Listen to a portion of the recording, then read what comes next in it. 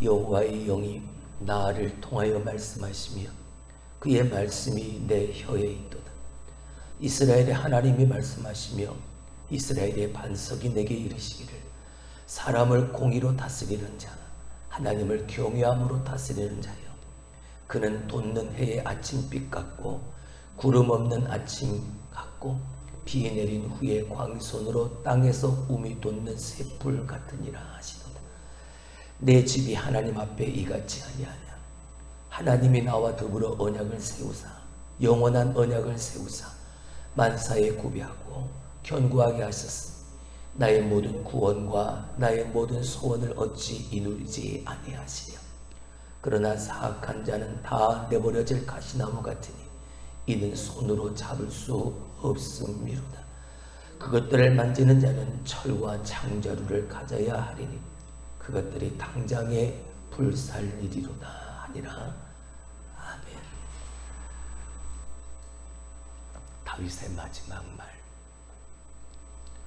내가 살아보니 결국은 이렇더라.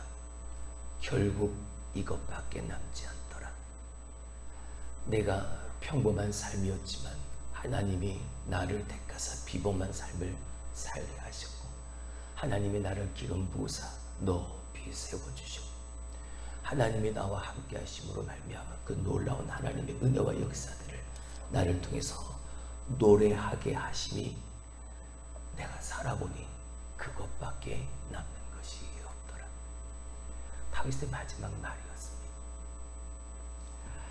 다윗은 그 마음을 가지고 하나님 앞에서 왕으로 제사장으로 선지자로 그렇게 살아냈죠. 다윗은 그가 기름 부음 받은 대로 이스라엘을 다스리는 통치자로 살았습니다.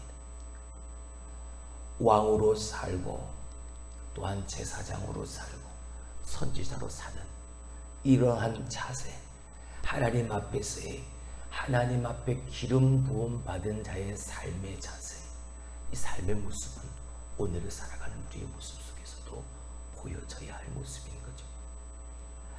우리가 왕으로 산다는 것이 무슨 말이냐? 우리가 왕 같은 제사장이라고 한 베드로의 말을 기억한다면 충분히 이해가 되어지고 또 남는 말일 겁니다. 그렇다면 오늘 이렇게 왕으로 제사장, 선지자로 살았던 다윗이 살았던 그의 인생, 그 인생 방식이 무엇이었던가? 무엇을 가지고 그의 인생을 살아내었던가? 자, 먼저 우리 2절의 말씀을 다시 한번 봅니다. 우리 다 같이 읽습니다. 시작. 여호와의 영이 나를 통하여 말씀하시며 그의 말씀이 내 혀에 있도다. 아멘. 여호와의 영, 하나님의 영, 성령님이 나를 통하여 말씀하시는 그 말씀, 하나님의 말씀이, 그의 말씀이 내 혀에 있도다. 여기서 하나님의 말씀이 내 혀에 있다라는 이 고백이 우리가 무엇을 알게끔 하는 고백인가요? 이 말은 그의 인생 방식은 하나님의 말씀이었다는 겁니다. 하나님의 말씀이 그가 사는 삶의 인생의 방식이었음을 그가 고백하고 있는 겁니다. 말씀대로 사는 것, 이것이 그가 하나님을 경외하는 그의 인생 방식이었던 거죠. 어느 목사님이 이런 말씀을 하셨습니다. 교회에서는 목사를 비롯한 사람들의 리더십은 없어져야 한다. 다 사라져야 한다. 교회 안에 사람의 리더십이 가득한 게 아니라 교회는 하나님의 말씀이 중심이 되어야 하고 예수 그리스도의 리더십, 예수 그리스도의 그 지도력만이 교회 안에 드러나야 한다. 하나님을 경외하는 것이 교회의 진정한 리더십이어야 한다는 그런 말이겠지요. 저도 그 말에 전적으로 동의합니다. 근데 중요한 것은 우리가 그 사실을 잊고 살았다는 거죠. 지금도 우리는 그 사실을 잊어버린 채 살고 있다는 것이죠. 사랑하는 성도 여러분, 모든 진실은 시간이 지나면 드러나게 되어져 있습니다. 그렇게 시간 속에서 온전히 드러날 수밖에 없습니다.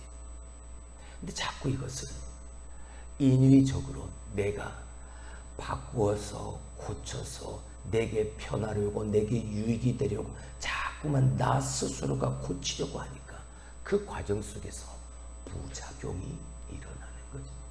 하나님의 때에 하나님이 당신의 방법으로 하나님이 행하시는 하나님의 시간의 흐름 속에서 진실은 하나님의 뜻은 온전히 드러날 수밖에 없는데 자꾸만 내가 그걸 고치려고 하는 인위적 내가 하려는 수술로 말미암아 자꾸 부작용이 생길 수밖에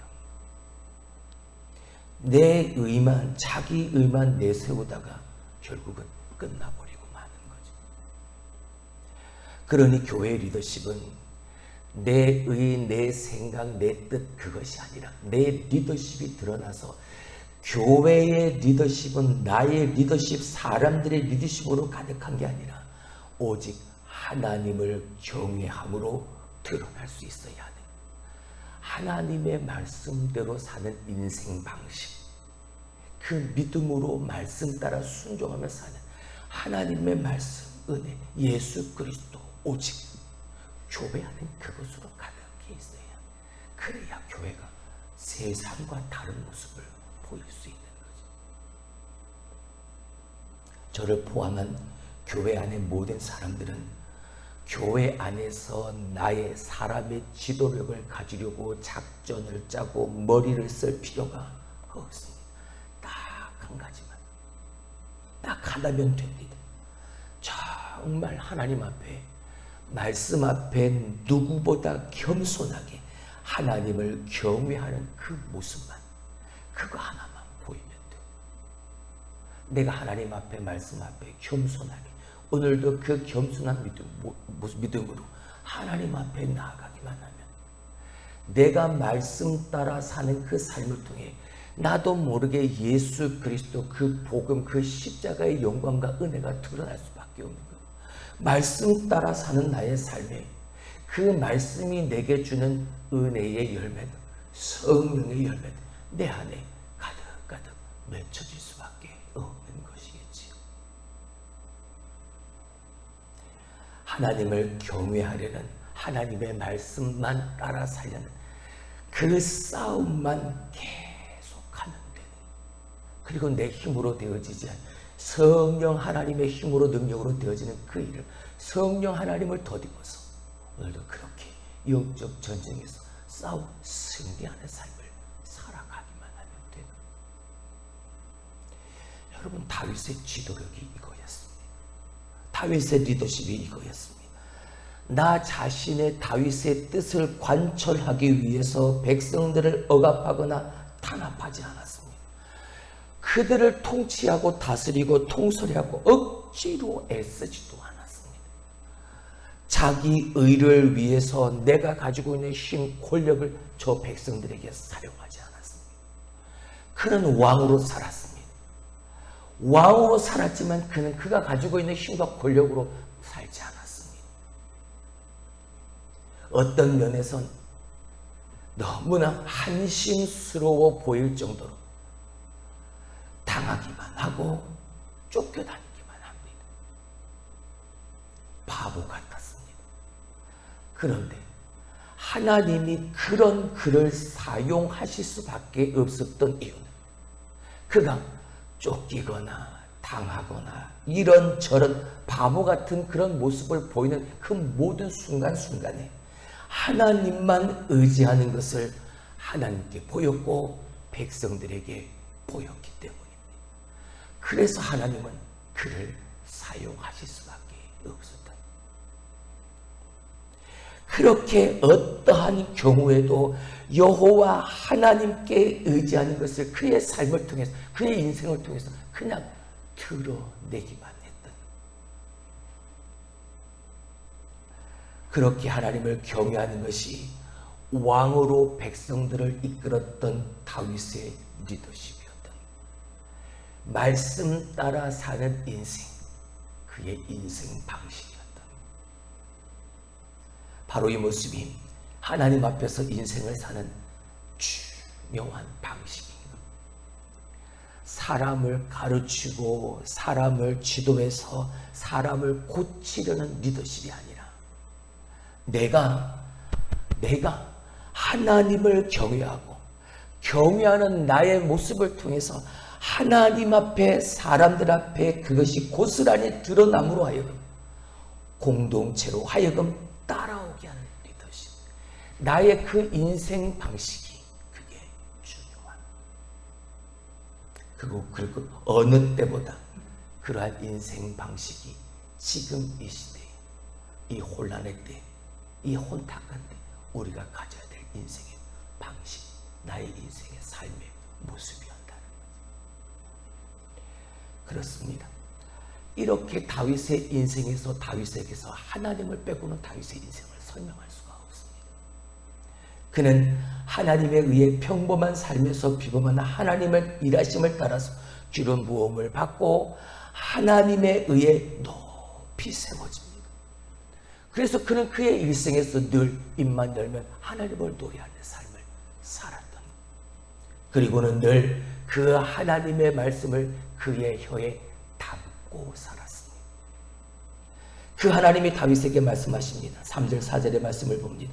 이스라엘의 하나님이 말씀하시며 이스라엘의 반석이 내게 이르시기를 사람을 공의로 다스리는 자, 하나님을 경외함으로 다스리는 자여, 그는 돋는 해의 아침빛 같고 구름 없는 아침 같고 비 내린 후에 광선으로 땅에서 움이 돋는 새풀 같으니라 하시도다. 아멘. 무슨 말입니까?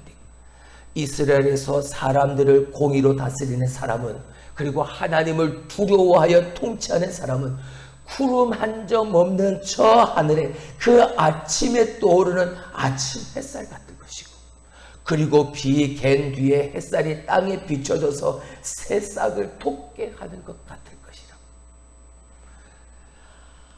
하나님은 다윗에게 이러한 은혜를 베푸시고, 내가 그 하나님, 이러한 은혜를 베푸시는 하나님을 다윗은 노래하는 것. 자, 그 전제가 무엇이었습니까?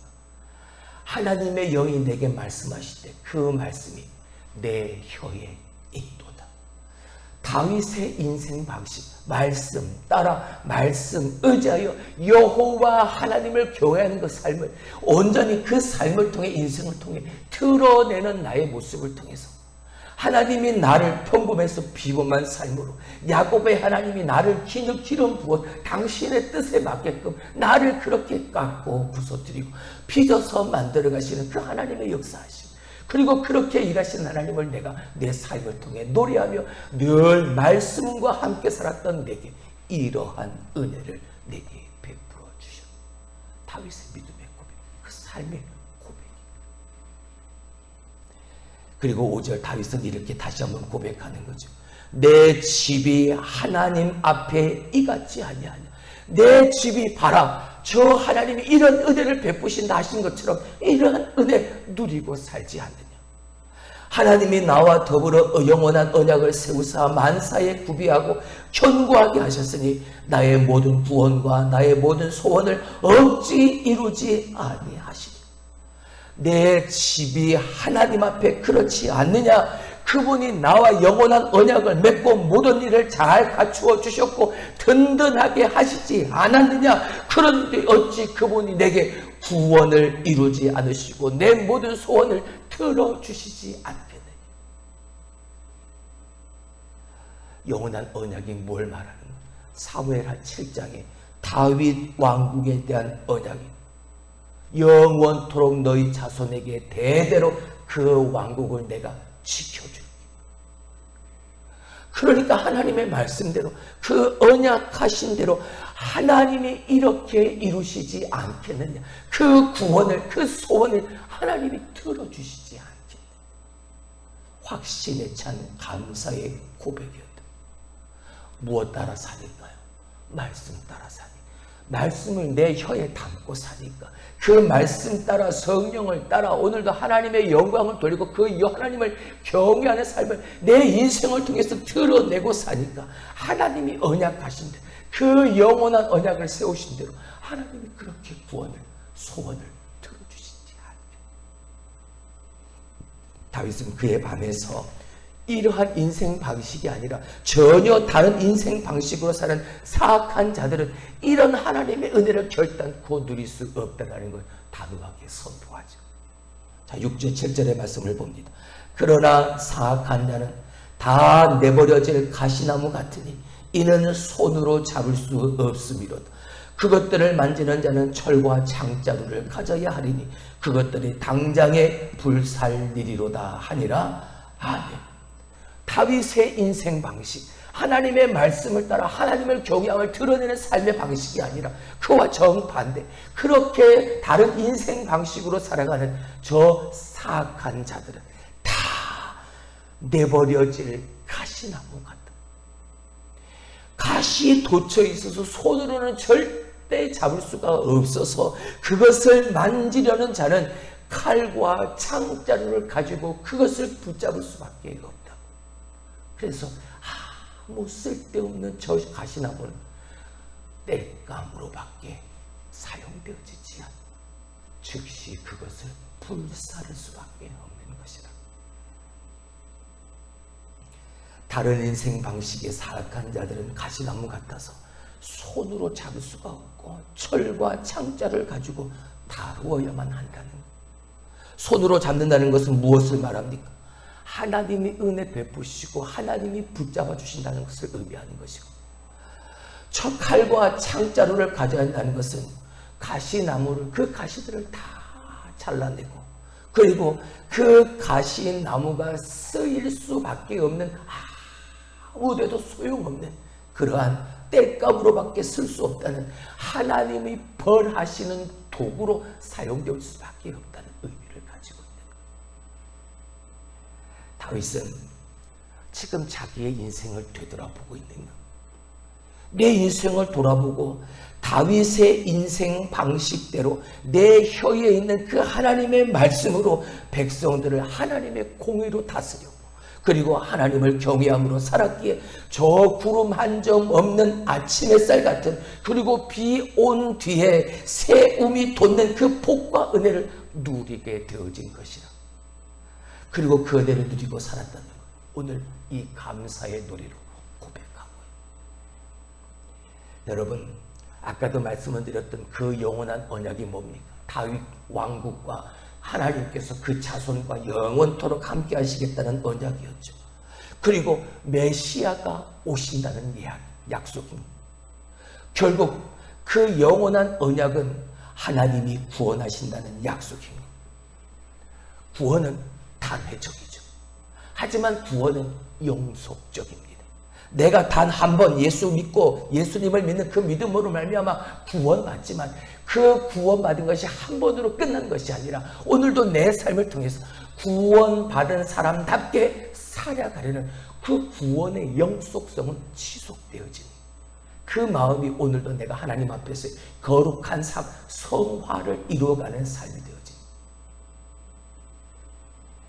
영속적이라는 건 이렇게 매일매일의 내 삶 속에서 그 구원이 이루어져 가야 하는 삶을 살아가야 합니다. 자, 그렇다면 이렇게 여러분에게 한번 질문해 보죠. 여러분은 우리가 매일 구원이 필요한 존재라는 사실을 여러분은 믿으십니까? 자, 그렇다면 오늘도 하나님을 예배할 때, 우리가 예배자의 자리에 앉을 때마다 우리는 어떻게 해야 될까? 우리는 상한 마음을 가지고 하나님 앞에 부르짖고 기도해야 되는, 하나님 나를 불쌍히 여겨주옵소서 라고 말이죠.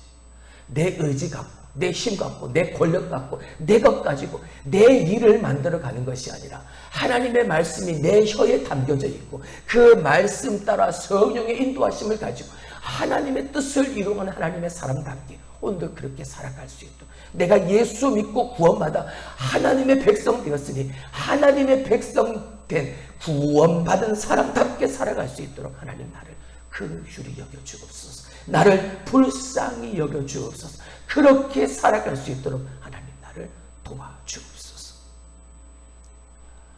여러분, 여기 서 있는 목사도 마찬가지.